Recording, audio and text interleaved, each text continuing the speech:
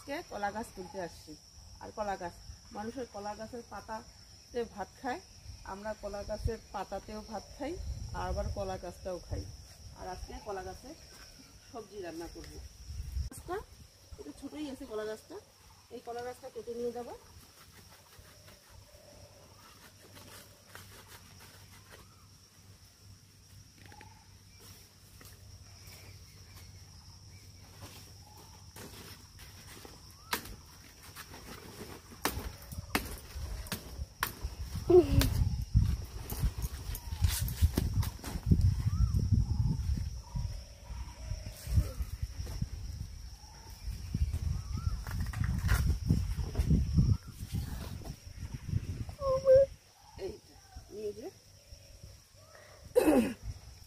এই কলা গাছটা আজকে দুপুরে রান্না করে খাবো।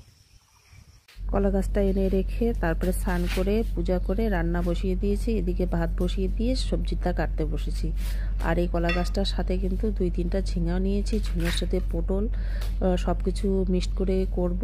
আর এই কলার গাছটা কিন্তু কেটে ওই মাঝখানে যেটি নরম অংশ সেটাই নিতে হবে, বাইরেরটা নিতে হবে না। প্রথমে মনে হয় যে এই কলা গাছটা অনেকটা সবজি বেরোবে, কিন্তু খুব একটা সবজি সেরকম বেরোয় না। মাঝখান থেকে একদম যেটা কচি জিনিস সেইটুকুই নিতে হয়। আর আমাদের এই বর্ষা সিজনে কিন্তু প্রায় এই কলার গাছ আমরা খাই।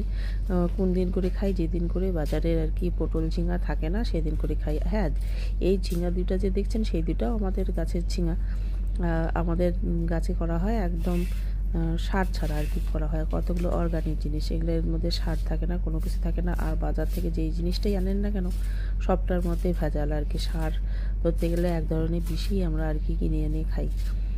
আর এটাকে ঝুড়ি ঝুড়ি করে কেটে নেব। ঝুড়ি ঝুড়ি করে কেটে নিলে সিদ্ধ হয় তাড়াতাড়ি আর কি।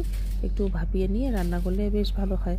আর এখানে কিন্তু আমি রান্না করব একদম সিম্পল করে, সেটা হলো পেঁয়াজ, কাঁচা লঙ্কা আর একটু রসুন থেতে করে দেবো। হ্যাঁ, এটা কিন্তু ওই যে অনেকে শুটকি মাছ, মাছের মাথা অনেক রকম করে রান্না করা যায়, কিন্তু আমি আজকে শুধু এমনিতেই পেঁয়াজ, কাঁচা লঙ্কা, রসুন দিয়ে রান্না করব। এইটাও কিন্তু বেশ ভালোই লাগে। এখানে ঝিঙা, পটল, আলু সব কিছু মিক্স করে কেটে ধুয়ে এখানে বসিয়ে দিলাম। আর সামান্য একটু জিরা বাটা, আদা বাটা একসাথে বেটে নিয়েছি, সেটা দিয়েই কিন্তু একটু ভাজা ভাজা করলেই পুরো রান্না কমপ্লিট। এই কলার গাছটা খেতে কে কে পছন্দ করেন একটু কমেন্ট করে দেবেন।